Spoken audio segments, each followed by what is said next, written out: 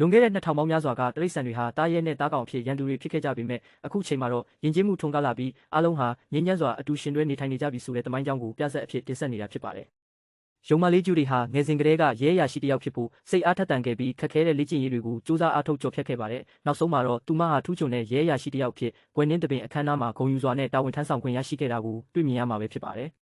ဂျူဒီဟာရဲအရာရှိအဖြစ်ပထမဆုံးတာဝန်ထမ်းဆောင်တဲ့နေ့မှာပဲမတင်ကားစရာကောင်းတဲ့မြေခွေးနဲ့ကိုတွေ့ရှိခဲ့ပြီးနောက်ယောင်ခံလိုက်ခဲ့ပါတယ်။နစ်ဟာသူ့ရဲ့သားလေးအတွက်ဆိုပြီးရေခဲချောင်းဝယ်ယူဖို့ကြိုးစားနေတာကိုတွေ့ရတဲ့အတွက်ဂျူဒီဟာတနာစိတ်နဲ့သူတို့သားအဖကိုကူညီပေးခဲ့ပါတယ်။တကယ်တော့မြေခွေးနဲ့ခါကောက်ချစ်တဲ့လူလိမ်တစ်ယောက်ဖြစ်ပြီးဂျူလိစီကရလိုက်တဲ့ရေခဲချောင်းကြီးကိုအရေးဖြောကရေခဲချောင်းအသေးလေးတွေပြန်လုပ်ပြီးမျက်စွန်းအောင်ပြန်လဲရောင်းချနေတာဖြစ်ပါတယ်။ဒီလက်ကွက်ကိုဂျယ်ဒီတစ်ယောက်နောက်ကနေလိုက်ကြည့်ရင်အန်အော်ဒါကြီးနဲ့သိရှိသွားခဲ့ရပါတယ်။မြို့ထဲမှာတကိုးတစ်ယောက်ကပစ္စည်းခိုးပြေးတဲ့အတွက်ဂျိုဒီဟာကြွက်ကလေးတွေနေထိုင်တဲ့မြို့လေးတဲ့အထိအသေးအတန်လိုက်လံဖမ်းဆီးခဲ့ပါတယ်။အဲ့ဒီမှာသူမဟာကြွက်မလေးတစ်ယောက်ကိုဒိုးနက်ကွင်းကြီးရဲ့အန်ရီကနေဘေးကင်းအောင်ကယ်တင်နိုင်ခဲ့ပြီးတကိုးကိုလည်းအောင်မြင်စွာဖမ်းဆီးနိုင်ခဲ့တာကိုမြင်တွေ့ရမှာပါ။ပျောက်ဆုံးနေတဲ့လူပျောက်မှုကိုစုံစမ်းဖို့အတွက်ဂျူဒီနဲ့နက်တို့ဟာမော်တော်ယာဉ်ဌာနကဖွာဆိုတဲ့အကောင်လေးစီကိုတွားရောက်ခဲ့ကြပါတယ်။ဒါပေမဲ့ဖွာဟာနာမည်နဲ့မလိုက်အောင်အလွန်အမင်းနှေးကွေးတဲ့အပြုအမူတွေကြောင့်ဂျူဒီတယောက်စိတ်မရှိနိုင်ပဲအချိန်တွေအကြာကြီးစောင့်ဆိုင်းနေခဲ့ရတာဖြစ်ပါတယ်။